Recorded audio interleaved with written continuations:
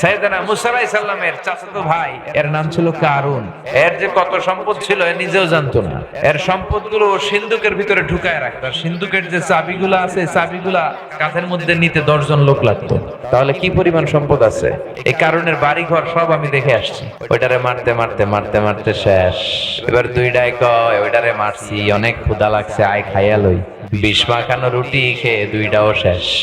4টা স্বর্ণের টুকরা স্বর্ণের জায়গায় পড়ে আছে, লাশগুলা পড়ে আছে, নেওয়ার কেউ নাই। হাদিহি মাসাল হায়াতিদ দুনিয়া। এটাই দুনিয়ার জীবনের দৃষ্টান্ত। কোন ছেলে সন্তান বিশ্বনবীর বেঁচে ছিল না, জানেন? আব্দুল্লাহ, কাসেম, ইব্রাহিম, এই 3টা ছেলে আল্লাহ তাআলা বিশ্বনবীকে দান করেছিলেন, কিন্তু ছোট অবস্থায় আল্লাহ তুলে নিলেন। বেঁচে ছিল 4টা মেয়ে, যায়েনব, রুকাইয়া, উম্মে কুলসুম আর ফাতিমা। বিশ্বনবী ফাতেমারে এত ভালোবাসতেন, বিশ্বনবী বলতেন ফাতিমা তু বিদআম মিন্নি, ফাতেমা আমার কলিজার টুকরা। যে ফাতেমারে কষ্ট দেয় সেজন্য আমি বিশ্বনবীরে কষ্ট দেয়, যে ফাতেমার মনের মধ্যে আনন্দ দেয় সেজন্য আমি বিশ্বনবীকে স্বয়ং আনন্দ দেয়। বিশ্বনবী কোন সফরে বেরোলে, কাজে বের হলে সব শেষে ফাতেমার সাথে দেখা করে বেরোতেন। আবার সফর শেষ করে যখন বাড়িতে ফিরতেন সবার আগে কলিজার টুকরা মেয়ে ফাতেমার সাথে দেখা করতেন। এই ফাতেমা ইন্তেকালের আগে বলে গিয়েছিল যে আমার জানাজার সময় আলী, আমি তো খুব অসুস্থ, মুমূর্ষ, চলে যাব, আমি হয়তো বেশি দিন বাঁচবো না, চলে যাব। আমার জানাজাতে অনেক লোকের জড়ো করো না, অনেক মানুষের মধ্যে অ্যানাউন্সমেন্ট করে হাজার হাজার পুরুষের সামনে আমার লাশটা রেখে জানাজা দিও না। কারণ আমি নবীর মেয়ে, জীবদ্দশায় খুব পর্দা করে চলতাম। আমি মোটা না চিকন, আমি লম্বা না খাটো, আমি সাদা না কালো, কেউ জানে না। সুবহানাল্লাহ পড়েন। এজন্য ওনার ইন্তেকাল হয়েছিল এমন অবস্থায়, ওনার জানাজার সময় লোকজন বেশি আসে নাই। রাত্রিবেলা অল্প কয়েকজন আত্মীয় স্বজন নিয়ে সাইয়েদনা আলী জানাজার ব্যবস্থা করে দাফন করে দিলেন। সুবহানাল্লাহ পড়েন। ইন্তেকালের পরেও কি হবে এই নিয়ে ওনাদের মাথায় টেনশন আছে না নাই? এজন্য নারীরা আপনারা হিজাব অবলম্বন করবেন। মহিলা প্যান্ডেলে আমার যে বোনেরা আছেন, আপনাদের প্রতি আমার সংক্ষিপ্ত নসিহত হচ্ছে, হিজাব আপনার সৌন্দর্যকে বাড়ায়, ঠিক কি না? শুনতেছেন আপনারা? কষ্ট হচ্ছে না তো? কে আসছে? বসেন বসেন, কথা বলা যাবে না। হিজাব আপনার সৌন্দর্য বাড়ায়। হিজাব হচ্ছে নারীর অধিকার, হিজাব হচ্ছে নারীর অহংকার, হিজাব নারীর আভিজাত্যের প্রতীক। চিল্লায় বলেন ঠিক কিনা? যেই জিনিস বেশি দামি ওই জিনিসের প্যাকেট করে রাখা লাগে, তাই না? 1000 টাকার নোট কেউ পকেটের এই পাশে রাখছে, অর্ধেক দেখা যায় অর্ধেক ভিতরে, এরকম কেউ রাখে? রাজাখালীর কোনো পাগলেও রাখবে? রাখবে না। স্বর্ণ, সৌদি আরব থেকে আসার সময় স্বর্ণ আনেন না আপনারা? স্বর্ণের জুয়েলারি, অর্নামেন্টস, এটা কি কেউ যে কোনো জায়গায়, ঘরের যে কোনো জায়গায় ফেলে রাখে? ডায়মন্ডের রিং, আংটি যে কোনো জায়গায় পাওয়া যায় না। এটা ঘরের ভেতরে, একেবারে ভিতরের যে ঘর, ওই ঘরের যে আলমারি, আলমারির ভেতরে যে কোটরা, তার ভেতরে যে বাক্স, এই বাক্সের ভিতরে সিন্দুক, ওই সিন্দুকের ভিতরে তালা মেরে রাখে, ঠিক কি না? তার মানে যেই জিনিস দামি ওটার প্যাকেট পরানো লাগে বেশি, এটার সিকিউরিটি লাগে বেশি। যেটা সম্মানিত দামি জিনিস, যেটার দাম বেশি, ওটার প্যাকেটও বেশি। এজন্য নারীদের অনেক সম্মান, অনেক মর্যাদা। সব সম্পদ দুনিয়ার, কিন্তু নারীরা হচ্ছে, নেককার নারী হচ্ছে সবচেয়ে দামি সম্পদ, ঠিক কি না? এজন্য আমরা আমাদের মা বোনদেরকে যেন ইসলাম শিখাই, তাদেরকে যেন কোরআন শিখাই। আল্লাহ আমার মা বোনদেরকে যারা মহিলা প্যান্ডেলে আসলো, তুমি সাইয়েদাতুনা খাদিজার সাথে হাসর নসিব করো। এবার সবাই মিলে রাজাখালীর আজকের এই প্যান্ডেলের সবাই মিলে আসেন, আল্লাহর নামের 3টা তাকবীর পড়ি, আওয়াজ করে পড়ি। পড়েন লিল্লাহি তাকবীর, লিল্লাহি তাকবীর, লিল্লাহি তাকবীর। আল্লাহ আমাদের তাকবীর গুলাকে কবুল করো। সব সময় তোমার নামের স্লোগান যেন দিতে পারি, তৌফিক দাও। আজকে যে বইটা থেকে কথা শুনবো, বইটার নাম কি বলেন তো? এই কোরআন থেকে কথা শুনলে ভালো লাগে? মানতে মনে চায় নাকি? কিছু কিছু মানেন, কিছু কিছু ছাড়েন। কিছু লোক আছে যেগুলো সহজ লাগে ওগুলো মানে, কঠিন লাগলে মানে না। আছে না নাই? এটা মুমিনের বৈশিষ্ট্য নয়, এটা মুনাফিকের বৈশিষ্ট্য। দুই মুখী আচরণ, এদের মুখ দুইটা, চেহারা দুইটা। এদিকে যায় কয় আমনে ভালো, ওদিকে যায় কয় না আমনে ভালো। আছে না নাই? যেদিকে বৃষ্টি ওরা ওইদিকে ছাতা ধরে। যখন যে ক্ষমতায়, যখন যার দাপট, তখন তারে তেল মারে। আছে না নাই? এই স্বভাবগুলো ভালো না। আপনার নৈতিকতা থাকতে হবে, মোরালিটি থাকতে হবে। মুমিনের বৈশিষ্ট্য হচ্ছে মৌমাছির মতো। মৌমাছি চিনেন? মৌমাছির মতো। আর মুনাফিকের বৈশিষ্ট্য হচ্ছে মাছির মতো। মৌমাছি কিন্তু সব জায়গায় বসে না। মৌমাছি যেই ফুলে সুঘ্রাণ আছে ওইখানে যেয়ে বসে, আর মাছি সব জায়গায় বসে। সুঘ্রাণওয়ালা ফুলের উপরে বসে, মিষ্টির উপরে যেয়ে বসে, টয়লেটের জানালা খোলা থাকলে টয়লেটের মাঝখানে যেয়ে বসে। কথা বলেন। তো মুনাফিকের অবস্থা হচ্ছে যে তারা কোন মুখী যে যাবে তারা নিজেরাও জানে না। এরা নেহি এদার নেহি ওদার, দারমিয়ান বে সাদার বাদার। এরা উপরে ফিটফাট, ভিতরে সদরঘাট। আমরা যেন এরকম না হই, আমাদের ভেতরে বাইরে যেন এক থাকে। মুনাফিকদের অবস্থাটা হচ্ছে, আপনাদের কক্সবাজারের এক ছেলে গান শোনায়, মধু হই হই বিষ হাবাইলা, গায় না? মানে বলে যে মধু, আসলে এটা বিষ। তাহলে সে মুমিন না মুনাফিক? আমরা মুমিন হতে চাই, পাক্কা মুমিন। আমাদের যে ইমানের মধ্যে কোনো শিরকের ছিটে ফোঁটা থাকবে, আল্লাহ সব গুনাহ ক্ষমা করে, শুধু শিরকের গুনাহ ছাড়া। আমরা মাথা নত করব একটা সত্তার কাছে, তিনি কে? আমরা চাইবো, হাত পাতবো আর ফরিয়াদ করব একজনের কাছে, তিনি কে? কেউ যেটা পারে না, পারে কে? আমাদের জীবনে যার যত সমস্যা আছে এগুলোর সমাধান দিতে পারে কে? এজন্য আল্লাহ ছাড়া কারো কাছে চাওয়া যাবে? আপনাদের এলাকায় মাজার কেন্দ্রিক ব্যবসা নাই তো? না, আলহামদুলিল্লাহ। অনেক জায়গায় মাজার কেন্দ্রিক ব্যাপক রমরমা ব্যবসা। ওখানে যে মানুষ মানত করে, সেজদা করে, ঈমান বিক্রি করে মুশরিক হয়ে ফিরে আসে না? নাই? এজন্য আমরা আল্লাহর কাছে চাইবো। আমরা এমন একটা কিতাব নিয়ে কথা শুনতে বসেছি, এই কিতাবে কোনো ভুল নাই, আছে? কোনো সন্দেহ নাই, আছে? এই কিতাবটা পড়লে এবং মানলে সমাজে শান্তি প্রতিষ্ঠিত হয়। শান্তি দেওয়ার মালিক কে? এই কিতাবটা পড়লে মানুষের মতো মানুষ হওয়া যায়, ঠিক কি না? আমরা আসলে এই কিতাবটা পড়ি যাতে করে আমরা মানুষের মতো মানুষ হতে পারি। এই কিতাবটা শুরু হয়েছে সূরাতুল ফাতিহা, মানে ভূমিকা সূরা। তার পরের সূরাই হচ্ছে সূরাতুল বাকারা। বাকারা মানে গাভী, বাকারা মানে কি? আর এই কিতাবটা শেষ হয়েছে সূরাতুন নাস দিয়ে। নাস মানে কি? মানুষ। তার মানে গাভী দিয়ে শুরু, মানুষ দিয়ে শেষ। তার মানে পশুত্বের কোন প্রবৃত্তি যদি থাকে, আল্লাহ বোঝাতে চাইলেন পুরো কিতাবটা যদি পড়ো তাহলে মানুষের মতো মানুষ হয়ে বের হবা। সুবহানাল্লাহ পড়েন।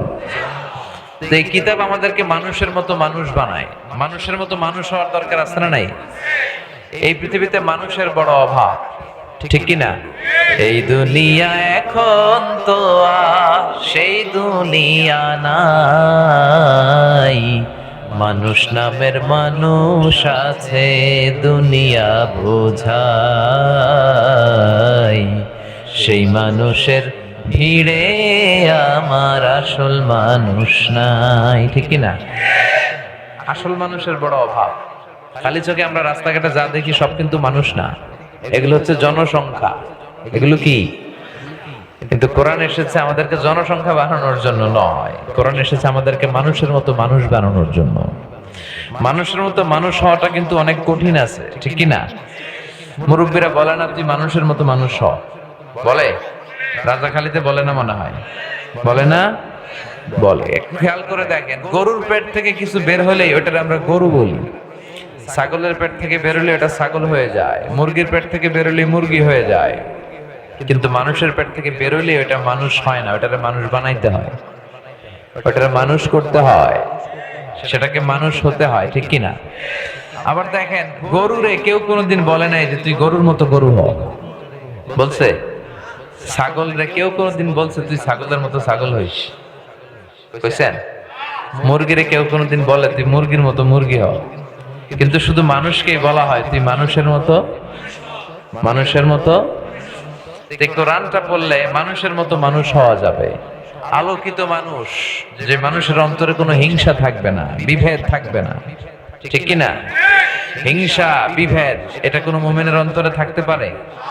অহংকার থাকতে পারে? মান কানা ফি কলবিহি হাববাতু খারদাল মিনাল কিবর লা ইয়াদখুলুল জান্নাহ। যারা পরিমাণ অহংকার যদি কারো অন্তরে থাকে সে জান্নাতে প্রবেশ করবে।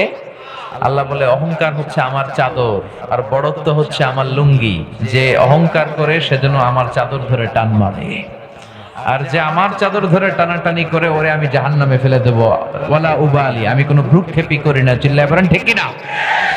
আবার বিশ্বনবী বললেন, আল বাদিউ বিস সালামি বারিউম মিনাল কিবর, আগে আগে যে সালাম দিয়ে দেয় তার অন্তরটারে অহংকার থেকে মুক্ত করে দেয় কে? লাম্মা খালাকাল্লাহু আদামা ওয়া কানা তুলুহু 60 যিরাআন, রব্বুল আলামিন সাইয়েদনা আদম আলাইহিস সালামকে যখন তৈরি করলেন 60 হাত লম্বা করে বানালেন। বানানোর পরে আদমকে বললেন, আদম তাড়াতাড়ি ফেরেশতাদেরকে তুমি সালাম দাও। কি দাও? কারণ ইবলিস অহংকারের কারণে জাহান্নামী হয়েছে। আল্লাহ চেয়েছেন আমার আদম যাতে জাহান্নামী না হয়, আদমের অন্তর থেকে অহংকার যেন দৌড়ে পালায়। তো পদ্ধতি কি? আগে সালাম দিতে হবে। আল্লাহ সৃষ্টির পরেই সাইয়েদনা আদমরে বলেন না আদম সেজদা দাও, জিকির করো, নামাজ পড়ো না। আল্লাহ বললেন আদম সালাম দাও। সৃষ্টির পরেই কি অর্ডার? ফেরেশতাদেরকে সালাম দাও। সালাম দিলে তোমার অন্তরকে অহংকার মুক্ত করে দিবে কে?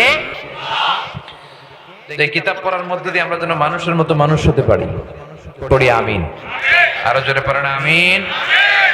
আমি আমার খুতবার শুরুতে আজকে সূরাতুত তাকাসুর তেলাওয়াত করেছি, মুখস্থ আছে না অনেকের? এই সূরাটা থেকে আজকে আমরা কিছু শিক্ষা নিয়ে যাওয়ার চেষ্টা করব। এই মাহফিলগুলোর ক্লাসের মতো মনে করবেন, আর যেটা শুনবেন মনে রাখার চেষ্টা করবেন, পাশাপাশি আমলের চেষ্টা করবেন। বছরে প্রতিদিনই কি মাহফিল হয়? রাজাখালী এই ময়দানে কি প্রতিদিন একটা মাহফিল না? বছরে একটা। আবার আল্লাহ বাঁচালে কবে আমরা হায়াতে বেঁচে থাকলে পাবো কেউ জানি না, ঠিক কি না? কারণ আমাদের দম যেটা নিয়েছি এই দমটা যে ছাড়তে পারবো আমাদের কারো কাছে কোনো গ্যারান্টি নাই। আছে? হায় রে মানুষ রঙিন ফানুষ, দম ফুরাইলে ঠুস, ঠিক কি না? তবু তো ভাই কারোরই নাই একটুখানি হুশ। হায় রে মানুষ রঙিন ফানুষ, রঙিন ফানুষ, হায় রে মানুষ, ঠিক কি না? কোনো গ্যারান্টি নাই, কখন যে কার বিপদ চলে আসে কেউ জানে না। রাস্তাঘাটে যারা অ্যাক্সিডেন্টে মারা যায় ওরা কি জানতো আজকে মরবে? আজকেও দেখলাম একটা বাস উল্টে 10 জন মারা গিয়েছে। ওরা কি জানতো যে আজকেই ওদের জীবনের শেষ দিন? আমরা কেউ জানি না আমরা কবে চলে যাব। এই সূরাটাতে আল্লাহ এই জিনিসটাই মেসেজ আকারে আমাদেরকে জানিয়েছেন। এই সূরার কেন্দ্রীয় আলোচ্য বিষয় হচ্ছে we have to go back to our Lord. আমাদেরকে আমাদের রবের কাছে ফিরে যেতে হবে, হাজিরা দিতে হবে। পাই টু পাই তিনি হিসেব করে ছাড়বেন। এই যে দুনিয়ার বুকে আমরা স্বাচ্ছন্দ্যে ঘুরে বেড়াচ্ছি বাপের বেটা আব্বাসের মতো, এই দুনিয়ার সময়টা আমাদের পরীক্ষার সময়। কিসের সময়? এই পুরো দুনিয়ার জীবনটা আমাদের সবার জন্য পরীক্ষা। যাদেরকে আল্লাহ ধন সম্পদ দিয়েছেন তারে আল্লাহ ধনী বানিয়ে পরীক্ষা করেন, যারে ধন সম্পদ দেন নাই তারে আল্লাহ গরিব বানিয়ে পরীক্ষা করছেন। যাকে আল্লাহ সাদা বানিয়েছেন ওরা সাদা বানিয়ে পরীক্ষা, যারা কালো বানিয়েছেন কালো বানিয়ে পরীক্ষা, কাউকে নারী বানিয়ে পরীক্ষা, কাউকে পুরুষ বানিয়ে পরীক্ষা, কাউকে নারীও না পুরুষও না হিজড়া বানিয়ে পরীক্ষা। সবার জীবনটাই বিশাল একটা পরীক্ষা। লিয়াবলুয়াকুম আইয়ুকুম আহসানু আমালা, তোমরা কে কি আমল করো এটা আল্লাহ দেখে নিতে চায়। এজন্য পুরো জীবনটাই হচ্ছে পরীক্ষা। আর আমাদেরকে ফিরে যেতে হবে। আমরা আজীবন থাকতে আসি নাই, আমাদেরকে আল্লাহর কাছে ফিরে যেতে হবে। কিন্তু আমাদের লাইফস্টাইল, আমাদের জীবন, আমাদের সকাল বিকাল সন্ধ্যার দিকে আপনি খেয়াল করে দেখেন যে আমরা যে চলে যাবো এই চিন্তাটাই আমাদের মাথায় নাই, ঠিক কি না? আমাদেরকে যে কবরস্থানে যেতে হবে এই চিন্তাটাই নাই, মরতে যে হবে এ নিয়ে কোনো টেনশনই নাই, ঠিক কি না? আরো লাগবে, আরো চাই, আরো প্রতিযোগিতা, সব আমার, আমার এলাকা, আমার ক্ষমতা, আমার দাপট, আমার চেয়ে বড় কেউ নাই। খালি এই চিন্তা আছে না নাই? এই চিন্তা যেন আমরা না করি, আমরা যেন আখিরাত মুখী হই, সে বিষয়ে আল্লাহ এই সূরাতে কিছু নসিহত করেছেন। শুনতে রাজি আছেন তো? সূরাটার নাম হচ্ছে সূরাতুত তাকাসুর। কি নাম? তাকাসুর মানে বেশি বেশি চাওয়া, অতিরিক্ত চাওয়া, লাগে না তারপরেও চায়, আছে না নাই? কলা খাইতে পারবো 5টা, নিয়ে রাখছে 10টা। কথা বুঝতেছেন? এই টেন্ডেন্সি মানুষের আছে না নাই? এই জন্য রাব্বুল আলামিন বলেন আলহাকুমুত তাকাসুর হাত্তা যুরতুমুল মাকাবির, বেশি বেশি পাওয়ার লোভ তোমাদেরকে একেবারেই গাফেল বানিয়ে দিয়েছে। দুনিয়ার লোভ লালসা কোনোদিন তোমাদের কমবে না। এই লোভ লালসা কোনোদিন থামবে না যতদিন না তোমরা কবরের ভিতরে ঢুকো, ঠিক কি না? একদিন মাটির ভেতরে হবে ঘর রে মন আমার, কেন বান্ধ দালান ঘর? প্রাণ পাখি উড়ে যাবে পিঞ্জর ছেড়ে, ধরা ধামে সবই রবে তুমি যাবে চলে। বন্ধু বান্ধব যত মাতা পিতা দ্বারা সুত সবই হবে তোমার পরে মন আমার, কেন বান্ধ দালান ঘর? একদিন মাটির ভেতরে হবে ঘরে মন আমার, কেন বান্ধ দালান ঘর? চিল্লায় বলেন ঠিক কিনা? যেতেই হবে কবরে, বাঁচার কোনো উপায় নাই। দাদা চলে গেল, বাবা চলে গেল, চাচা চলে গেল, মামা চলে গেল, আমাকেও যেতে হবে। আমি যাব, আমার ছেলেও যাবে, মেয়েও যাবে, আমার কোলের ছোট্ট শিশুটাও যাবে, ঠিক কিনা? আপনার স্ত্রীর গর্ভে 3 মাসের 4 মাসের বাচ্চা, ওইটা মনে হয় যাবে না? যাবে? এটা তো দুনিয়ায় আসে নাই, যাবে কেমনি? দুনিয়ায় আসবে, যতদিন হায়াত পাওয়ার পাবে তারপরে সেও যাবে। এজন্য কেউ থাকতে আসে না। এজন্য আল্লাহ বললেন আলহাকুমুত তাকাসুর, দুনিয়ার লোভ লালসা তোমাদেরকে গাফেল বানিয়ে দিয়েছে। আরো লাগবে, আরো চাই, আরো ধনী হতে চাই, আরো ফেমাস হতে চাই, আরো সম্পদশালী হতে চাই, আরো ক্ষমতার অধিকারী হতে চাই। এই চিন্তা মানুষের আছে না নাই? মানুষের স্বভাবটাই এরকম, আরো লাগবে, আরো। যার যা আছে সে আরো চায়। যার হুন্ডা আছে সে প্রাইভেট কার চায়, যার প্রাইভেট কার আছে ও প্লেন চায়, যার প্লেন আছে ও হেলিকপ্টার চায়, ঠিক কিনা? যিনি গ্রামের মেম্বার উনি চেয়ারম্যান হতে চায়, কথা কন। যিনি চেয়ারম্যান উনি এমপি হতে চায়, যিনি এমপি উনি মন্ত্রী হতে চায়, যিনি মন্ত্রী উনি প্রধানমন্ত্রী। কি হওয়া যাবে এই দেশে? এত সহজ, এত সহজ না প্রধানমন্ত্রী এই দেশে ফিক্সড করা, ঠিক কিনা? আমরা জীবনে তো কয়জন, আমার বয়সে তো দুই তিনজনকে দেখছি মাত্র। মাননীয় প্রধানমন্ত্রী শেখ হাসিনা, এর আগে বেগম খালেদা জিয়া, এরশাদ সাহেবের সময় তো আমরা ছোট ছিলাম। তো এই দেশে এত সহজ না প্রধানমন্ত্রী হওয়া, কি বলেন? যারা এই দেশে প্রধানমন্ত্রী হবে আল্লাহ তাদেরকে ইসলামের আলোকে দেশ চালানোর তৌফিক দাও, তারা যেন ইসলামের পক্ষে থাকতে পারে, তুমি তৌফিক দাও। তো এই জন্য যার আছে যদ্দূর সে আরো চায়। প্রতিযোগিতা, এই পুরো পৃথিবীটা, সম্মানিত ভাই একটু খেয়াল করে বুঝার চেষ্টা করুন। ছুটছি আমরা, শুধু শুধু ছুটছি পাগলের মতো। একটু থামেন, স্টপ স্টপ, একটু থামেন, একটু থমকে দাঁড়ান, একটু ভাবেন আসলে করছেন কি, কার জন্য করছেন, কেন করছেন? What is your destination? আপনি কোথায় যাবেন, গন্তব্য কোথায়, কি হবে এগুলো দিয়ে?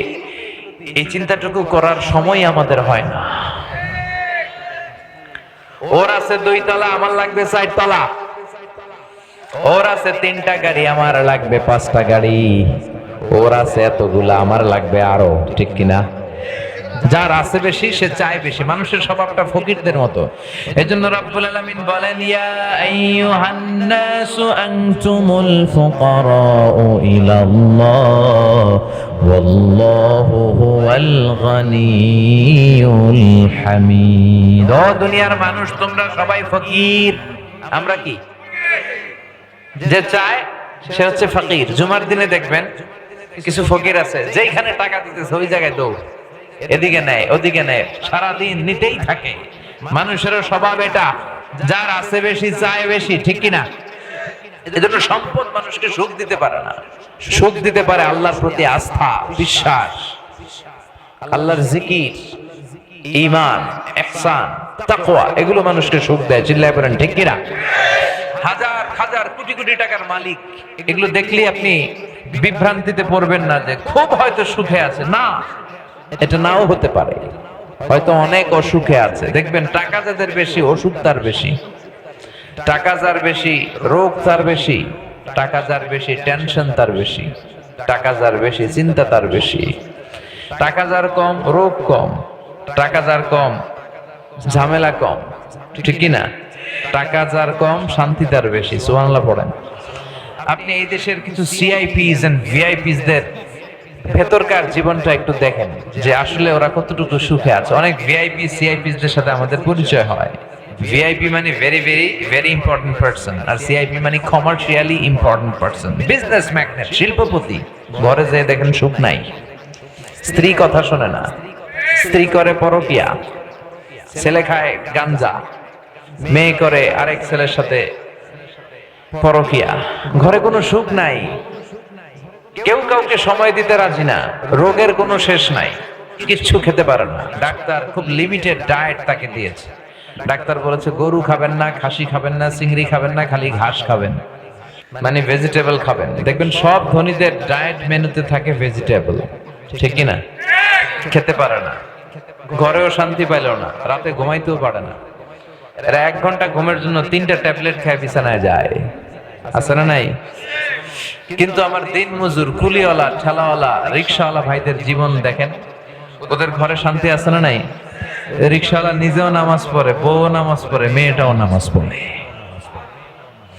রিক্সাওয়ালা নিজেও জিকির করে, বউও জিকির করে, ছোট্ট বাচ্চাটাও বাবার জিকির করে, শোনায় লা ইলাহা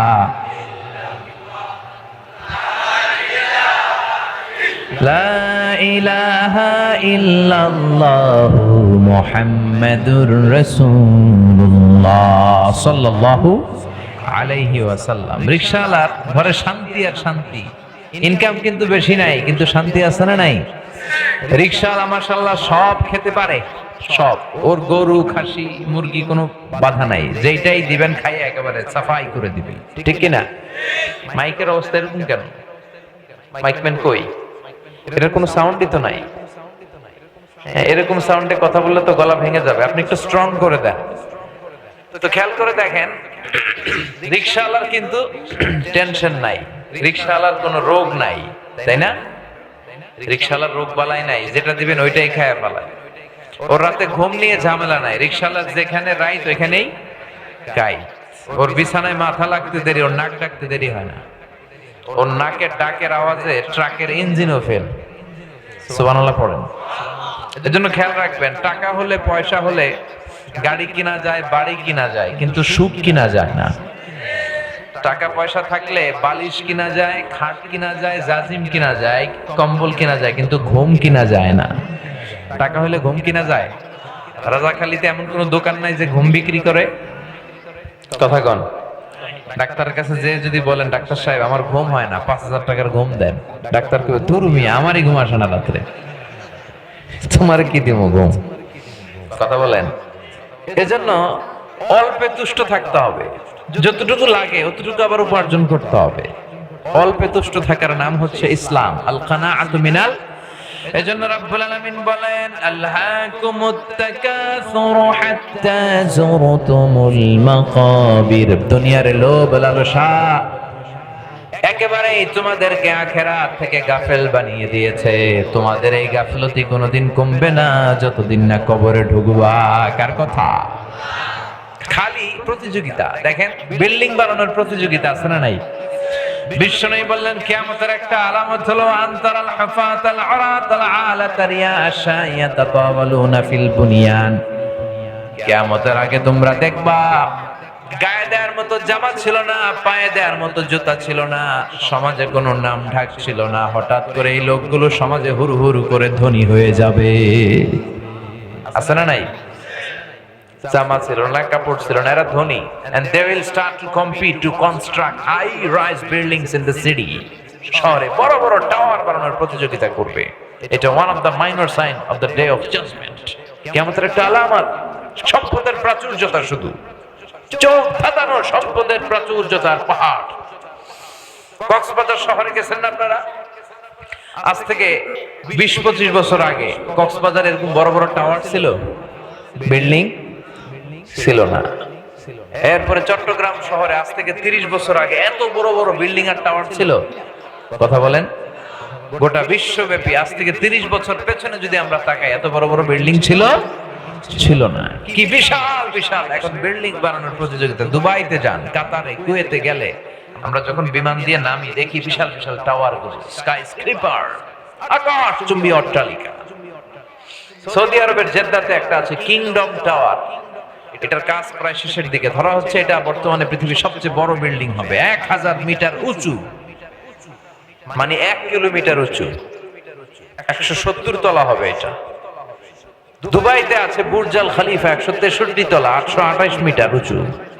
একটা লিফট আছে 30 সেকেন্ডে টান দিয়ে 90 তলা নিয়ে যাবে আপনারে। সুবহানাল্লাহ কইবেন না? অনলি 30 সেকেন্ডস, 1 মিনিটের অর্ধেক সময় আপনি দেখবেন 90 তলা এসে গেছেন। কি বিল্ডিং তারা বানাচ্ছে! হজ উমরা যারা করেছেন তারা দেখেছেন কাবা ঘরের পাশে আছে জমজম টাওয়ার, দি মক্কা রয়্যাল ক্লক টাওয়ার, 120 তলা, বিশাল। মক্কার যে দিক থেকে তাকাবেন 20 কিলো দূর থেকে এই ঘড়ির দিকে তাকায় সময় দেখে নেওয়া যায়। মক্কার লোকেরা বলে আমরা এখন ঘড়ি পরি না। কি পরি না? হাতে ঘড়ি রাখি না, কারণ ওই যে 20 কিলোমিটার দূর থেকেও তাকালে কয়টা বাজে ওটা দেখে নেওয়া যায়। বিল্ডিং বানানোর প্রতিযোগিতা। মালয়েশিয়াতে আছে পেট্রোনাস টুইন টাওয়ার, দুইটা একসাথে দাঁড়ায় আছে, এটা 88 তলা, ওইটা 88 তলা। 41st and 42nd ফ্লোরে 41 এবং 42 তলায় একটা ব্রিজ আছে, এই টাওয়ার থেকে ওই টাওয়ারে ঢোকা যায়। সুবহানাল্লাহ পড়েন। এজন্য বিশ্বনবী বললেন ওয়ান তারাল হাফাতাল আরাতাল আলাতা রিয়াশা ইয়াতাতাওয়ালুনা ফিল বুনিয়ান। কিয়ামতের আগে বিশাল বিশাল পাহাড়, বিশাল বিশাল টাওয়ার বানানোর প্রতিযোগিতা শুরু হয়ে যাবে। কে কার চেয়ে বড় টাওয়ার বানাতে পারে, এই প্রতিযোগিতা সমাজে এখন আছে না নাই? ধনকুবেরদের লাইফস্টাইল যদি দেখেন, প্রিন্স ওয়ালিদ বিন তালাল কত টাকার যে মালিক তারা নিজেরাও জানে না। তাদের বিলাসবহুল বাংলো বাড়ি, তাদের গাড়ি, তাদের লাইফস্টাইল দেখলে অবাক হতে হয়। পৃথিবীর এমন অনেক জায়গা আছে মুসলমান না খেয়ে মরে। বিশুদ্ধ পানির জন্য মাইলকে মাইল তারা হাঁটে, সকালে যায় বিকেল বেলা বিশুদ্ধ পানি নিয়ে ফিরে। সামান্য যে খাবারগুলো আরব বিশ্বের ধনকুবেররা নষ্ট করে, এর অর্ধেক খাবার দিয়ে আফ্রিকার দেশের সবগুলো না খাওয়া মানুষ বেঁচে যেতে পারে। চিল্লায় বলেন ঠিক কি না? এজন্য আল্লাহ বললেন দুনিয়ার এই চাকচিক্য লোভ তোমাদেরকে গাফেল বানিয়ে দিয়েছে। এই দুনিয়াটা আসলে একটা লোভ, এটা একটা মোহ, এটা চাকচিক্যময়, লোভাতুর করে রাখে আমাদের। এই লোভ, চাকচিক্য, মোহ, এই মরিচিকা আমাদের থামবে না, কমবে না যতক্ষণ না আমরা কবরে না ঢুকি। হাত্তা যুরতুমুল মাকাবির। কার কথা? এই প্রিন্স ওয়ালিদ বিন তালাল, বর্তমান সৌদি বাদশার আগের বাদশার ভাগিনা, আব্দুল্লাহর ভাগিনা। সে কিংডম হোল্ডিং কোম্পানির মালিক। তার একটা বিমান আছে, নিজস্ব বিমান, যে বিমানটার 70% স্বর্ণ দিয়ে বানানো। আমি ব্রুনাইতে গিয়েছিলাম গত কয়েক বছর আগে একটা প্রোগ্রামে। ব্রুনাইয়ের সুলতান হাসান আল বালখিয়া, তার একটা প্যালেস আছে, রাজপ্রাসাদ, পৃথিবীর সবচেয়ে বড় রাজপ্রাসাদ। ওইটার মধ্যে প্রায় 2000 রুম আছে। ওই রুমের যে টয়লেটের কমোড গুলো স্বর্ণ দিয়ে বানানো। তার সংগ্রহে রোলস রয়েস গাড়ি আছে 500টা। কয়টা?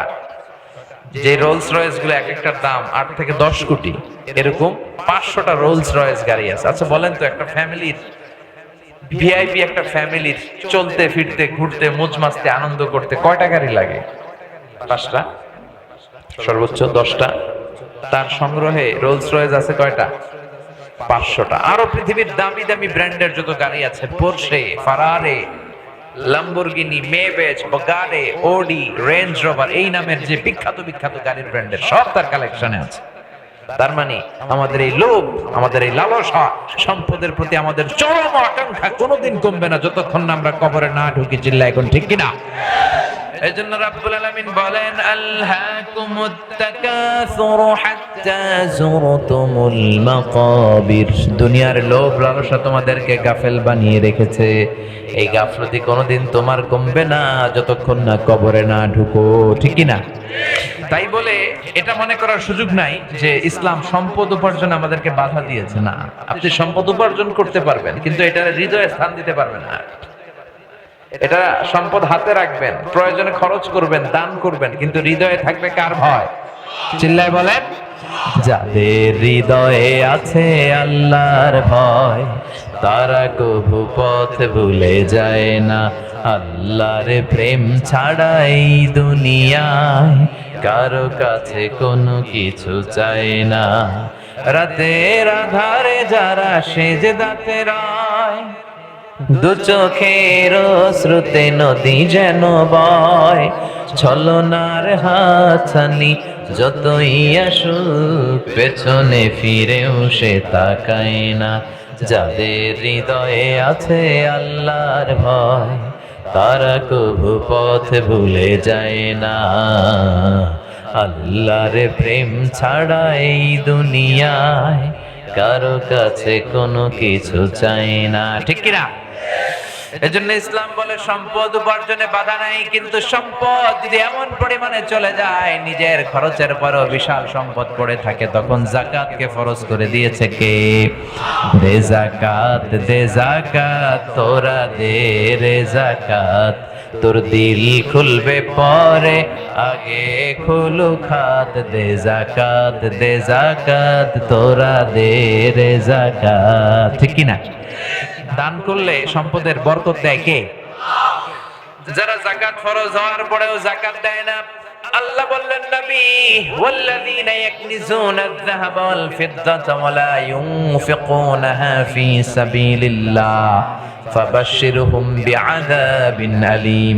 যারা সম্পদ জমিয়ে রাখে, রৌপ্য জমিয়ে রাখে, সোনা জমিয়ে রাখে, ব্যাংক ব্যালেন্স করে রাখে, যাকাত দেয় না, নবী আপনি তাদেরকে কঠিন আযাবের সুসংবাদ দেন। কার কথা?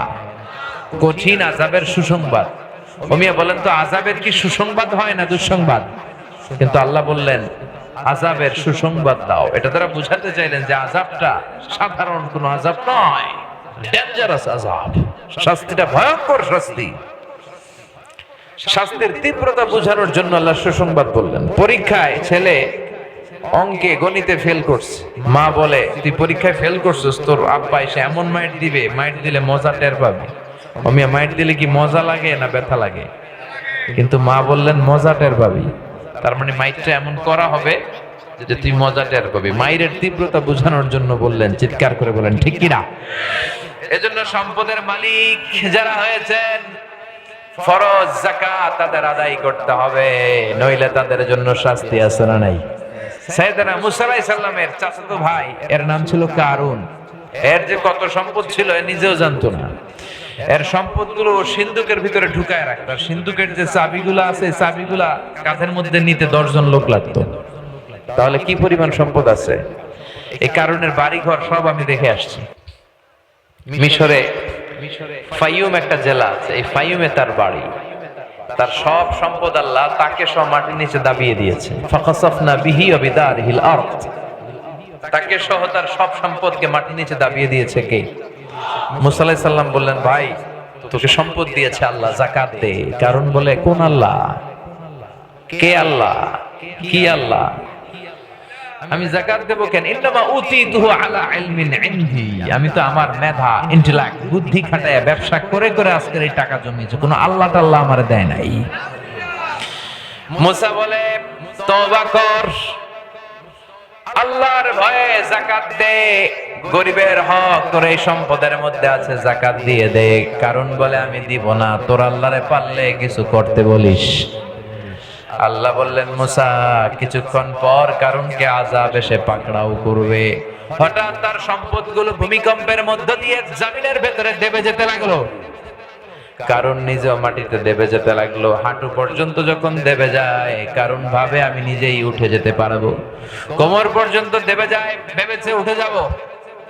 গলা পর্যন্ত যখন দেবে যায়, এবার হাত তুলে বলে, মুসা আর পারি না, বাঁচা। সব সম্পদ নিয়ে যা, খালি আমারে বাঁচা। সব তোর, সব। এতক্ষণ সামান্য যাকাতই দেয় না, এখন তো সব তোর। কত বড় ডাকাত! সব তোমার, আমারে খালি বাঁচাও। মুসা বলে, না, এখন তো সময় শেষ, দ্য টাইম ইজ আপ।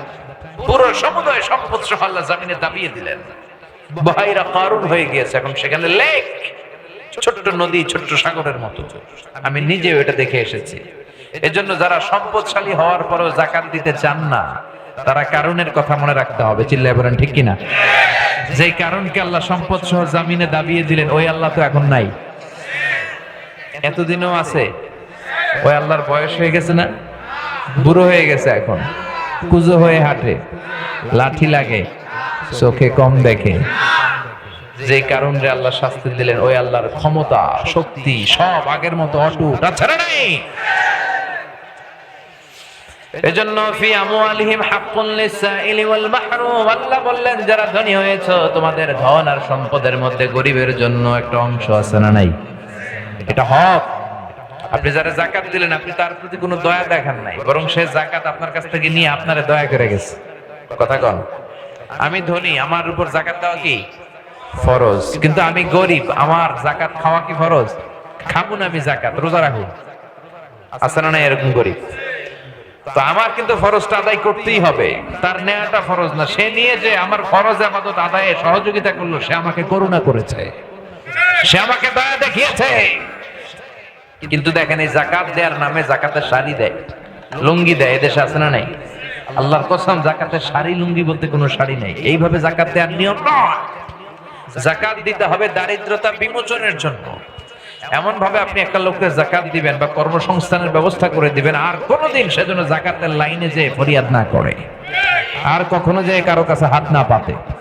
এরকম অনেক ভিআইপি সিআইপিস বিজনেস ম্যাগনেট আছে, শিল্পপতি আছে, যারা অ্যানাউন্সমেন্ট দিয়ে দেয় ফেব্রুয়ারি মাসের অমুক তারিখ আমার ওই বাংলো বাড়ির সামনে তোমরা ফকিরের মতো আসবা, যাকাতের শাড়ি দিয়ে দিব একটা করে।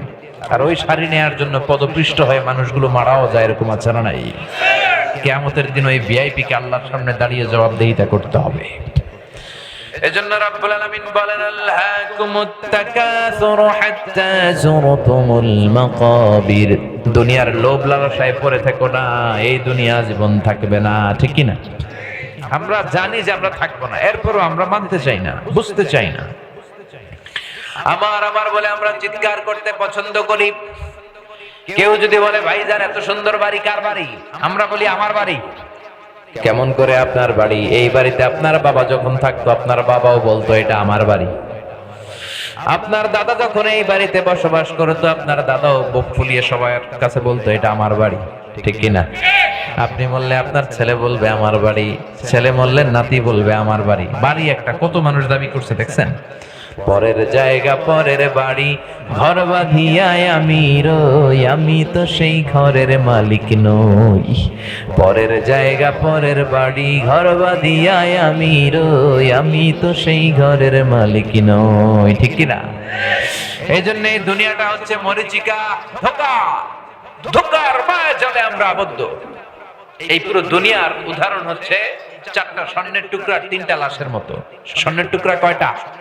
চিল্লায় বলেন, সবাই বলেন, আরো জোরে বলেন, কয়টা?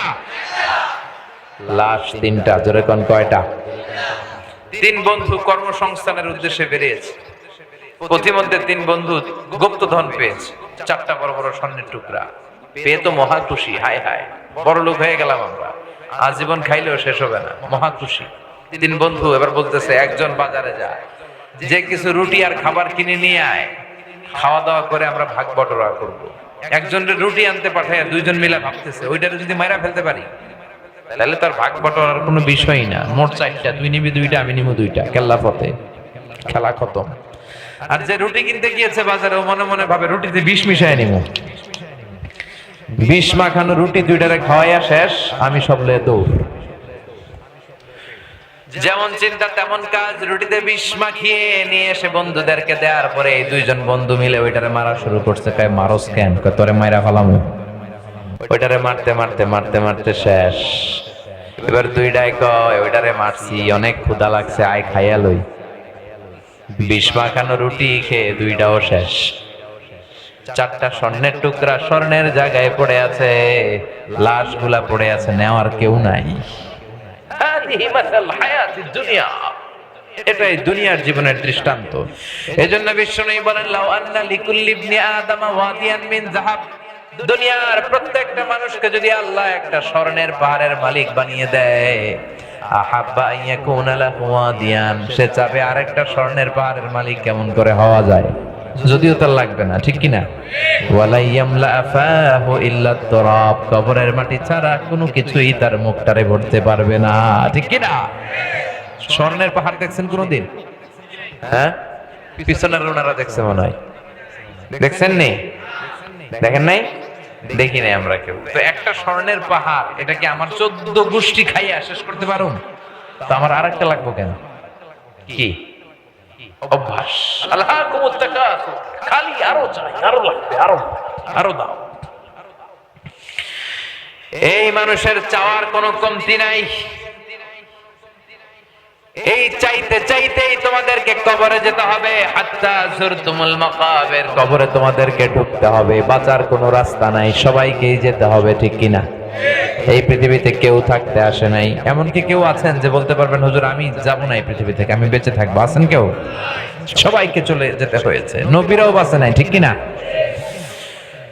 রব্বুল আলামিন মালাকুল মাউতকে বলবে, ও মালাকুল মাউত, পৃথিবীর সব মানুষগুলোরে মেরে ফেলো। মালাকুল মাউত সবাইরে মেরে ফেলবে। আল্লাহ বলবেন এবার জিনদেরকে মেরে ফেলো, জিনদেরকেও মেরে ফেলবে।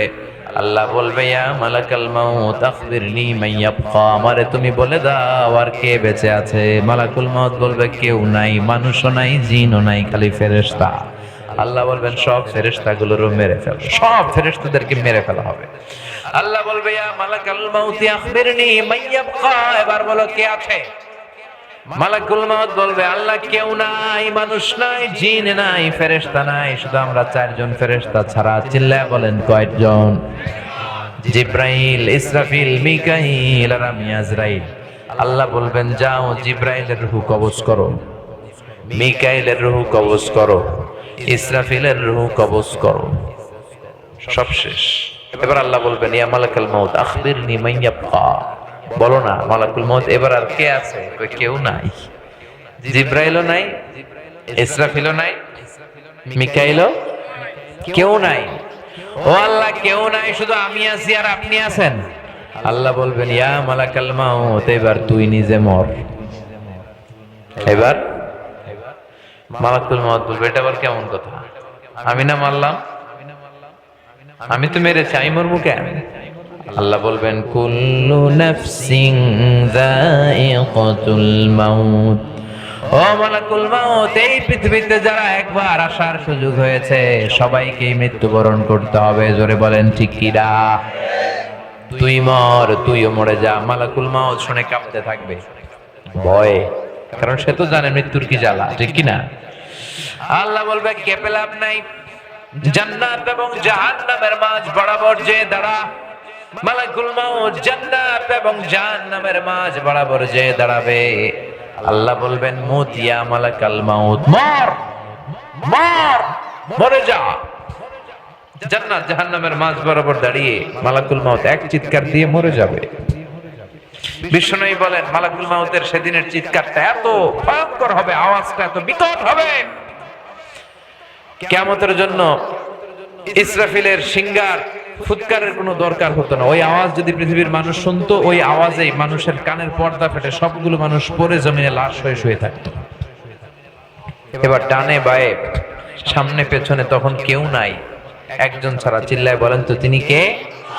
কুল্লু মান আলাইহা ফানি ওয়া ইয়াবকা ওয়াজহু রাব্বিকা যুল জালালি ওয়াল ইকরাম ফাবিআইয়ি আলাই রাব্বিকুমা তুকাযযিবান। মহাবিশ্বে যা দেখা যায় সব শেষ হয়ে যাবে, সব একবার মরে যাবে, একজন ছাড়া। তিনি কে? যেতে আপনাকে হবেই। এই কবরের প্রস্তুতি আমাদেরকে নিতে হবে। চিল্লায় বলেন ঠিক কিনা? এই জন্য আল্লাহ বললেন হাত্তা যুরতুমুল মাকাবির, যতক্ষণ না তোমরা কবরে যাও। কবরে ঢুকলে সব চাওয়া পাওয়া শেষ। রাজাখালীতে কবরস্থান আছে না নাই? কয়টা আছে? কোথায় আছে? কোন দিকে কবরস্থান? জাননি আপনারা? সময় হয় না, না ব্যস্ত খুব। মাঝে মাঝে যাবেন আশেপাশে, যে দেখবেন ঝাইরে দাদারে রেখে আসলাম, আব্বারে রেখে আসলাম, আমারও যেতে হবে, ঠিক কিনা? এই কবর হচ্ছে আখিরাতের প্রথম ধাপ। বিশ্বনবী বলেন আল কবর মারাদাতুম মিন রিয়াদিল জান্নাহ ওয়া হুফরাতুম মিন হুফারিন নার। এই কবরটা কারো জন্য হয়ে যায় জান্নাতের বাগান, কারো জন্য হয়ে যায় জাহান্নামের গর্ত। ও আল্লাহ, আমাদের প্রত্যেকের কবরগুলোর জান্নাতের বাগান বানিয়ে দিও। কবরের মধ্যে পরীক্ষা আছে না নাই? প্রশ্ন আছে না নাই? কয়টা? তিনটা নাকি চারটা? হ্যাঁ, চারটা। যারা ইমানদার তাদের কয়টা? যেহেতু আপনারা ইমানদার একটা বেশি, সুবহানাল্লাহ পড়েন। আর যারা বেঈমান কাফের ওদের তিনটা, ওদের কয়টা? মুমিন বান্দাকে মুনকার আর নাকির আসবে, এসে প্রথম প্রশ্ন করবে মার রাব্বুক, তোমার রবের নাম কি? আমরা বলবো আল্লাহ আমারে রব। পড়েন, আল্লাহ আমারে রব, এই রবি আমার সব, দমে দমে তনু মনে তারি অনুভব। তোমার দুনিয়াতে আমি যেদিকে তাকাই, অথই নিয়ামাতে ডুবে আছি সবাই। পাখ পাখালির গানে শুনি তাসবিহ কলরব, তাসবিহ কলরব। আল্লাহ আমারে রব, এই রবি আমার সব। ঠিক কিনা? প্রশ্ন করা মাত্রই আমরা বলবো রব্বি আল্লাহ, আমাদের রব কে? দ্বিতীয় প্রশ্ন মা দীনুক, তোমার ধর্মের নাম কি? আমরা কি বলবো? কথা বলেন। আমরা বলবো দীনিয়াল ইসলাম। এরপরে বিশ্বনবীর চেহারাটা দেখিয়ে বলা হবে আতারিফু হাদার রাজুল, এই লোকটারে চিনো নাকি? চিনি না? আমরা বলবো চাঁদের চেয়ে সুন্দর তুমি, নবী আমার কমলিহি ওয়ালা। দু জাহানের বাদশাহ তুমি, প্যারা নবী সাল্লে আলা। দু জাহানের বাদশাহ তুমি, প্যারা নবী সাল্লে আলা। চাঁদের চেয়ে সুন্দর তুমি, নবী আমার কমলিহি ওয়ালা। ঠিক কি না? আমরা বলবো এটা আমার প্রাণের নবী, এই নবীর আমরা নিজেদের কলিজার চাইতো বেশি ভালোবেসেছি। ঠিক কিনা? এই নবীর জন্য আমরা সব করতাম, নবীর আমরা ভালোবাসতাম, এটা আমাদের প্রাণের নবী। তিনটা প্রশ্নের উত্তর আপনি করতে পারলেন। এরপরে চতুর্থ প্রশ্ন আপনারা জিজ্ঞেস করা হবে ওয়ামা ইলমুক, তোমার জ্ঞান কি? মানে তিনটা প্রশ্নের উত্তর যে তুমি বলতে পারলা, কোত্থেকে শিখলা? নাকি নকল করছো? কি করছো? রাজাখালীতে নকল আছে না নাই? পরীক্ষা চলতেছে না, নকল হয়। কোথায় রাখে নকল? হাতের মধ্যে লেখে, তাই না? স্কেলের মধ্যে লেখে, যে টেবিলে পরীক্ষা টেবিলে লেখে। নকল আবার মৌজার ভিতরেও ভরে। রাজাখালীতে মনে এগুলো করে না? করে করে। ফেরেশতারা বলবে নকল করে শিখছো নাকি? আপনাকে বলতে হবে যে আমি কোরআন থেকে শিখেছি, হাদিস থেকে শিখেছি। ঠিক কিনা? এই চারটা প্রশ্নের উত্তর দেওয়ার সাথে সাথে ফেরেশতারা বলবে আহলান সাহলান, মারহাবান বিক, তোমারে খোশ আমদেদ, কংগ্রাচুলেশন, সুস্বাগতম। সব প্রশ্নের উত্তর তুমি পেরেছো, তোমার জন্য জান্নাতের খোশ আমদেদ আছে না নাই? ফায়ুফসাহু লাহু কবরুহু ৭০ যিরাআন, মুহূর্তেই তার কবরটা ৭০ হাত লম্বা করে দেয়া হবে। ওয়ায়ুফতাহু লাহু বাবুন ইলাল জান্নাহ, তার কবর থেকে জান্নাতের দিকে একটা দরজা করে দেয়া হবে। জান্নাতের সুশীতল ঠান্ডা বাতাস তার কবরটারে শীতল বানিয়ে দিবে। ওয়ায়ুলবাসু মিন লিবাসি আহলিল জান্নাহ, জান্নাতের একটা পোশাক পরিয়ে দেয়া হবে। সুবহানাল্লাহ পড়েন। আর বলা হবে নাম কানাউমিল আরুস, ঘুমাও। কি করো? বাসর রাতে কনেকে নিয়ে বর যেমনি আরামসে ঘুম দেয়, তুমিও ঘুম দাও। সুবহানাল্লাহ পড়েন। ঘুমাও, তোমার এই ঘুম কেউ ভাঙাবে না। ইসরাফিলের সিংহার ফুৎকার ছাড়া কোনোদিন তোমার এই ঘুম ভাঙবে না। সুবহানাল্লাহ পড়েন। আল্লাহ আমরা যেন সে আরামের ঘুম কবরে দিতে পারি, তৌফিক দাও। ওয়া আম্মাল কাফির ওয়া আলুশ শিমাল, এবার কাফির মুশরিকদের কবরেও যাবে কিরামান কাতিবিন, মালাকান আজরাকান আসওয়াদান, নীলাভ দুটা চক্ষু, কৃষ্ণ বর্ণের চোখগুলা নীলাভ, নীল রঙের, গায়ের রং হবে কালো। দেখতে কেমন দেখা যায়? এসেই ধমকানি, বলবে ওঠ বস, বল মার রব্বুক, তোর রবকে? কয় জানি না। লা আদরি, আমি জানি না। আমার রবকে আমি জানি না, আমি নাস্তিক। আমি কি? আমি নাস্তিক। ওয়ামা দীনুক, তোর ধর্ম কি? কয় এটাও জানি না। আমার কিচ্ছু মনে নাই, আমার ধর্ম টর্ম নাই, আমি খালি মদ খাইতাম। কি খাইতাম? আমি খালি ইয়াবা খাইতাম, গাঞ্জা খাইতাম, এগুলো মনে আছে। রবকে আমার মনে নাই, ধর্ম কি আমার জানা নাই। বিশ্বনবীর চেহারা দেখিয়ে বলা হবে এই আতারিফু হাদার রাজুল, এই লোকটাকে চিনো কিনা? কয় চিনি না। তবে আমার সাঙ্গপাঙ্গ সবাই এই লোকটারে গালি দিত, আমিও গালি দিতাম। কিছুই জানি না। ফেরেশতারা বলবে দাঁড়া, তোরে জানাইতেছি। লা দারাইতা ওয়ারা তারাইতা, তুই তো কিচ্ছু পারলি না, কপাল পোড়া। ফায়ুতরাকু মিন মাতারিক মিন হাদিদ, বিশাল লোহার একটা হাতুড়ি দিয়ে মাথার পিঠে পিটানো হবে। এক এক পিটানোর চোটে গায়ের গোশতগুলো হাড্ডিগুলো থেতলে থেতলে যাবে। ওয়া ইয়াকালু লিল আরদি ইলতাইমি, জমিনকে বলা হবে দুই দিক থেকে চাপ দে। ফাতাখতালিফা আদলাউহু, ডান পাশের পাঁজর বাম পাশে চলে আসবে, বাম পাশের পাঁজর ডান পাশে চলে আসবে। হাত্তাল কিয়ামা, কিয়ামত পর্যন্ত আযাব আর শাস্তি চলতেই থাকবে। আল্লাহ আযাব থেকে আমাদের বাঁচাও। চিৎকার মেরে বলেন আমিন। এজন্য বিশ্বনবী সব সময় বলছেন আল্লাহুম্মা ইন্না নাউযু বিকা মিন আযাবিল কবর, ও আল্লাহ কবরের আযাব থেকে তুমি আমাদের বাঁচাও। ও আল্লাহ তুমি আমাদেরকে ঈমানের মরণ দাও। কিসের মরণ? জোরে বলেন। ঈমানের পথে অবিচল থেকে আমার মরণ যেন হয়, তোমারই কাছে মিনতি আমার, তোমারই কাছে মিনতি আমার, মহামহিম দয়াময়। ঈমানের পথে অবিচল থেকে আমার মরণ যেন হয়। পড়েন আমিন। আরো জোরে পড়েন আমিন। সীমানি ধরছে, ঘুম আসতেছে, আরো কয়েক মিনিট শুনবেন। তাকবীর পড়েন, লিল্লাহি তাকবীর। আল্লাহ বললেন কবরে যাওয়ার আগে তোরা বুঝবি না, কাল্লা সাউফা তা'লামুন, অচিরেই তোমরা বুঝবা কবরের জীবন কেমন। সুম্মা কাল্লা সাউফা তা'লামুন, অচিরেই বুঝবা কবরের জীবন কেমন। কাল্লা লাউ তা'লামুনা ইলমাল ইয়াকিন, যদি তোমরা জানতা মৃত্যু আর কবরের জীবনটা কেমন। মালাকুল মাউতকে দেখার আগ পর্যন্ত এটা বোঝা যাবে না, ঠিক কি না? মালাকুল মাউতকে সবাই সচক্ষে দেখবে। আমরা যারা এখানে আছি দেখবো না মালাকুল মাউতকে? মুমিন বান্দার কাছে মালাকুল মাউত সাদা শুভ্র, সাদা শুভ্র ধবধবে পোশাক পরে একজন যুবকের আকৃতিতে আপনাদের কাছে আসবে ইনশাআল্লাহ। পড়ায় শুভ্র সাদা যুবক একজন মানুষের যত সুন্দর চেহারা হতে পারে, সুঘ্রাণ নিয়ে আপনার মাথার শিওরে বসবে। এসে বলবে, ইয়া আইয়াতুহান নাফসুত তাইয়্যিবা, ইয়া আইয়াতুহান নাফসুল মুতমাইন্নাহ, হে প্রশান্ত আত্মা বের হয়ে আসো। কাফান মিন আকফানিল জান্নাহ, জান্নাতের কাফন নিয়ে আসবে। হানুত মিন হানুতিল জান্নাহ, জান্নাতের হানুত নিয়ে আসবে। আপনার মাথার সামনে বসে ভদ্রভাবে বলবে, ও পবিত্র আত্মা বের হয়ে আয়, ইলা মাগফিরাতিল্লাহি ওয়া রিদওয়ান, আল্লাহর ক্ষমা আল্লাহর দয়ার দিকে বের হয়ে আয়। বলার সাথে সাথে চমৎকার ভাবে দেহ থেকে রূহটা বের হয়ে আসবে। আল্লাহ আমাদের রূহ কবজটা যেন এরকম আসানের সাথে হয়। আওয়াজ তুলে পড়েন আমিন।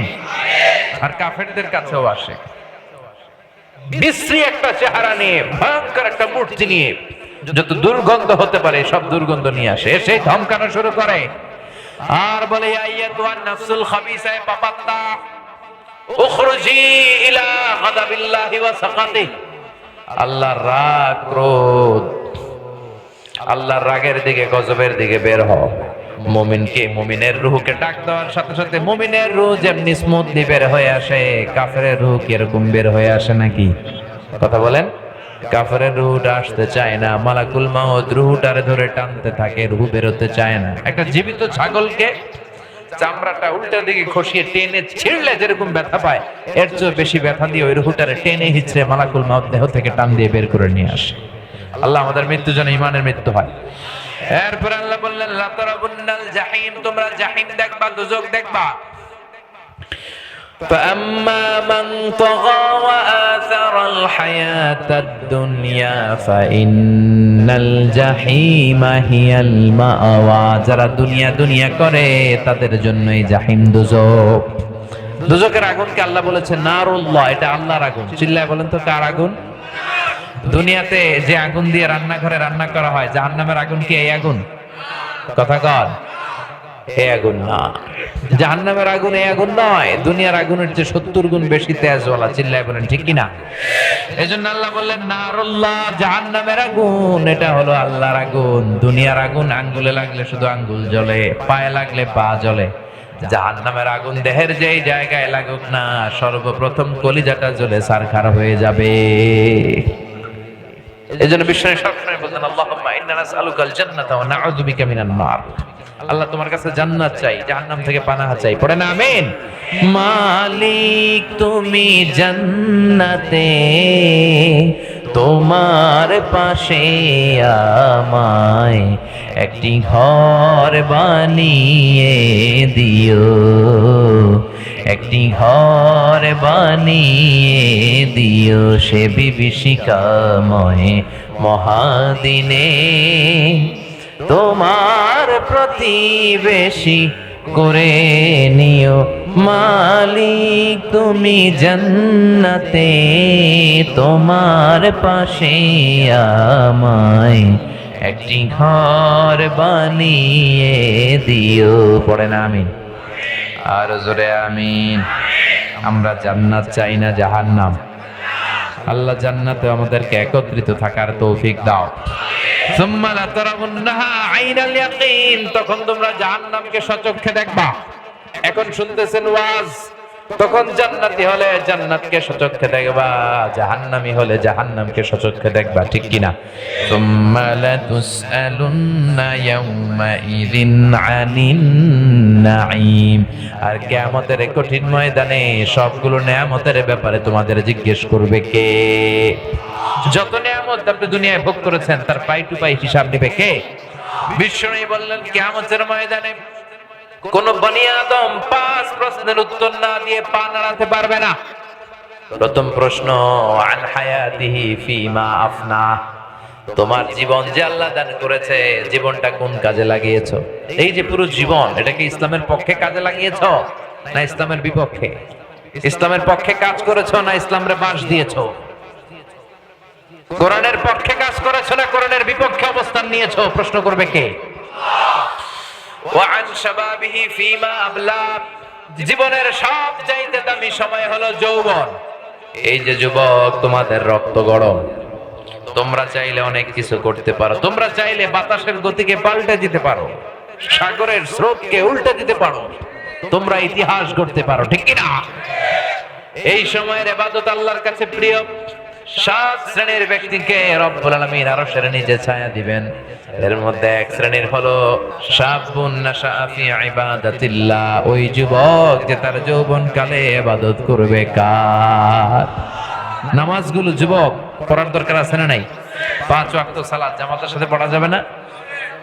আজকের মাহফিলটা তখনই সার্থক হবে যখন এরকম শক্ত কয়েকটা সিদ্ধান্ত আমরা নিতে পারবো যে আমরা কোনোদিন নামাজ ছাড়বো না, কোনোদিন আমরা দুনিয়ার পিছনে ছুটবো না, আমরা ছুটবো একজনের পিছনে। তিনি কে? 3 নাম্বার, তোমার সম্পদ কোন পন্থায় উপার্জন করেছো? হালাল পন্থায় নাকি হারাম পন্থায়? টেবিলের নিচ দিয়ে ঘুষ খেয়েছো নাকি সিগনেচার মেরে দেশের টাকা পাচার করেছো? আছে না নাই? প্রতিটা টাকার ব্যাপারে, প্রতিটা উপার্জনের ব্যাপারে জিজ্ঞেস করবে কে? হালাল খেয়েছো না হারাম? হালালে বরকত আছে না নাই? হারামে কোনো বরকত আছে? কথা কোন? আওয়াজ করে বলেন তো, গরু খাওয়া হালাল না হারাম? কুকুর খাওয়া? গরু বছরে বাচ্চা দেয় কয়টা? কুকুর দেয় কয়টা? অনেকগুলো দেয়। গরু দেয় একটা। গরু জবাই হয় প্রতিদিন শত শত, ইদানিং অবশ্য মহিষও জবাই হয়, ঠিক কিনা? তো গরু খায় বেশি, কুকুর কেউ খায় না। গরু বাচ্চা দেয় কম, কুকুর বাচ্চা দেয় বেশি। বলেন তো তারপরে বাংলাদেশে গরু বেশি না কুকুর বেশি? গরু অনেক বেশি। কেন? কারণ গরু খাওয়া হালাল, আর হালালের ভেতরে বরকত দিছে কে? হালাল খাইতে রাজি আছেন তো? হালাল উপার্জন করলে আপনি মুস্তাজাবুদ দাওয়া হয়ে যাবেন। হালাল যারা খায় তারা দোয়া করলে দোয়া কবুল করে নেয় কে? হারাম খেলে আজীবন কাঁদলেও দোয়া কবুল হবে না। হারাম টাকা দিয়ে মাদ্রাসা বানালে কবুল হবে না, হারাম টাকা দিয়ে এতিমখানা বানালে কবুল হবে না, হারাম টাকা দিয়ে এই পুরো জেলার মধ্যে সব চাইতে বড় জামে মসজিদ বানায় দিল, একটু কবুল হবে না। কারণ ইন্নাল্লাহা তাইয়্যিব লা ইয়াকবালু ইল্লা তাইয়্যিবা, আল্লাহ নিজে পবিত্র, পবিত্র ছাড়া কোনো জিনিস আল্লাহ গ্রহণ করে না, ঠিক কি না? হালাল উপার্জন থেকে 1টি টাকা দান করলে এটারে পাহাড়ের সমান উঁচু করে মিজানের পাল্লায় কিয়ামতের দিন উঠায় দিবে কে? হারাম টাকা থেকে 1000 কোটি টাকাও যদি দান করেন, মিজানের পাল্লায় কোনো ওজন হবে নাকি? কথা কন। এজন্য হারামের সাথে আমাদের সম্পর্ক আছে। আমাদের সম্পর্ক কিসের সাথে? হালাল। আমরা সবকিছু হালাল পন্থায় করব, রাজি আছেন? কিভাবে উপার্জন করলা প্রশ্ন করবে কে? এরপরে প্রশ্ন করবে কোন খাতে ব্যয় করেছো, ইসলামের পক্ষে নাকি বিপক্ষে, গানের কনসার্টে চাঁদা দিয়েছো নাকি কোরআনের মাহফিলে চাঁদা দিয়েছো, মসজিদে চাঁদা দিয়েছো নাকি অন্য জায়গায় চাঁদা দিয়েছো, কোন জায়গায় সম্পদ ব্যয় করেছো, মদের আড্ডাখানায় টাকা ব্যয় করেছো, গাঞ্জার আড্ডাখানায় চাঁদা ব্যয় করেছো, টাকা ব্যয় করেছো। এই প্রশ্নগুলো করবে কে? পাই টু পাই হিসাব নেবে কে? সব শেষে প্রশ্ন করা হবে যতটুকু তুমি জেনেছো ততটুকু আমল করেছো কিনা, ঠিক কিনা? আপনি যদ্দূর জানেন আপনাকে অদ্দূর প্রশ্ন করা হবে, যে জানে বেশি তার প্রশ্নও বেশি, ঠিক কিনা? আপনি জানেন শুধু লা ইলাহা, তাহলে লা ইলাহার যে দাবি এইটা পালন করেছো কিনা, লা ইলাহার জিকির করেছো কিনা, প্রশ্ন করবে কে?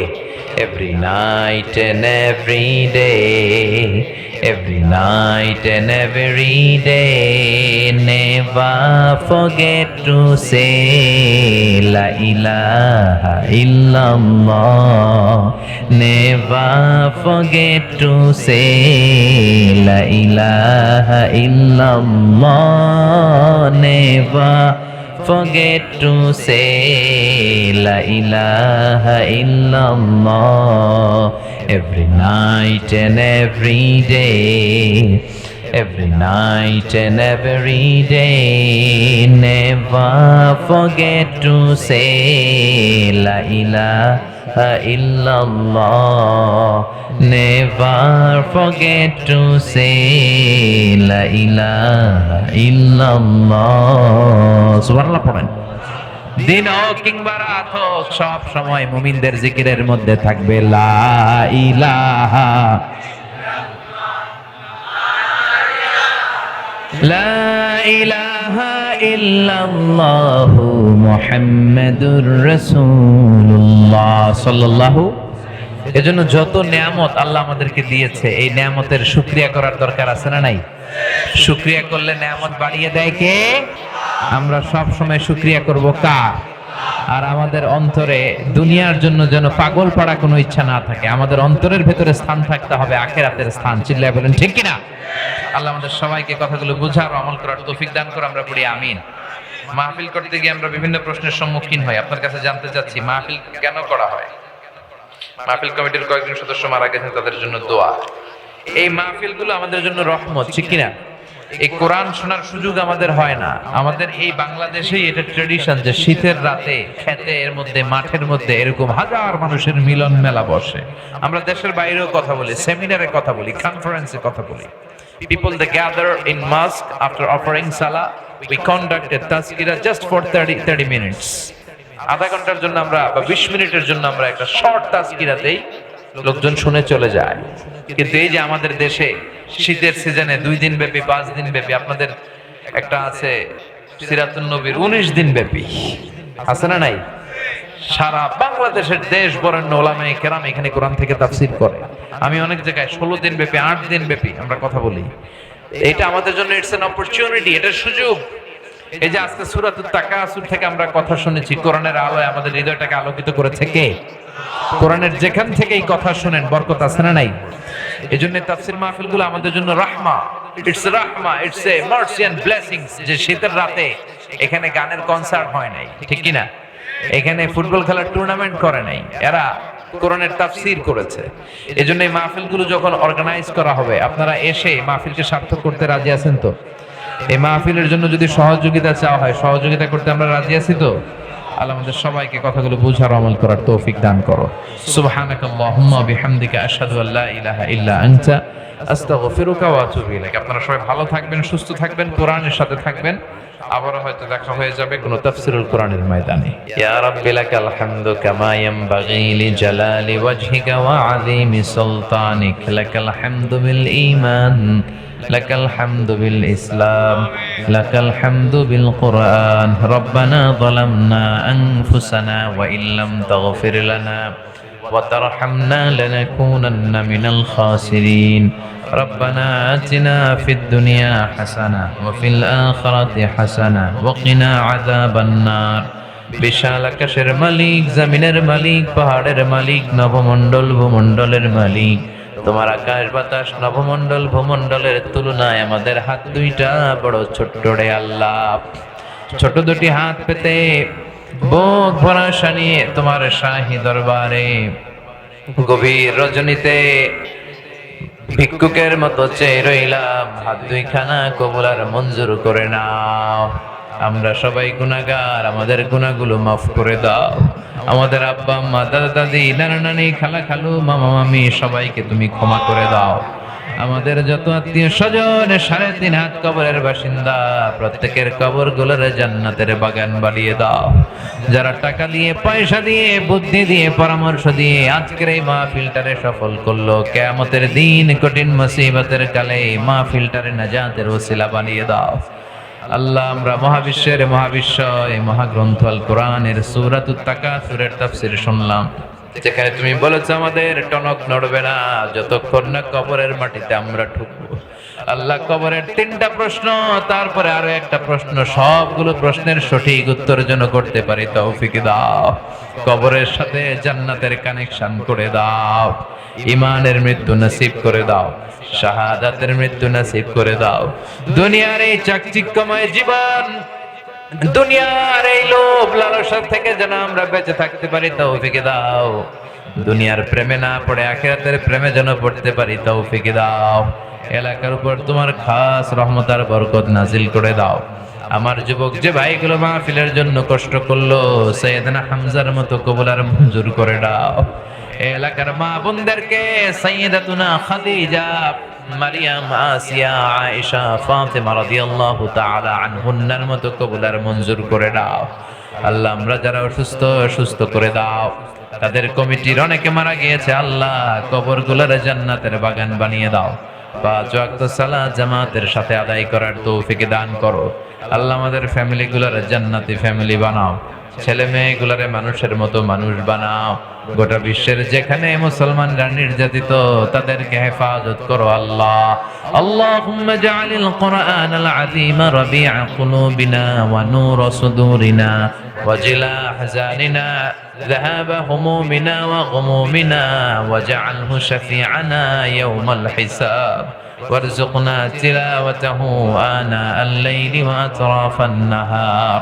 اللهم ارزقنا شهادة في سبيلك والموت في بلد رسولك. اللهم ارزقنا حسن الخواتيم. اللهم ارزقنا حسن الخواتيم.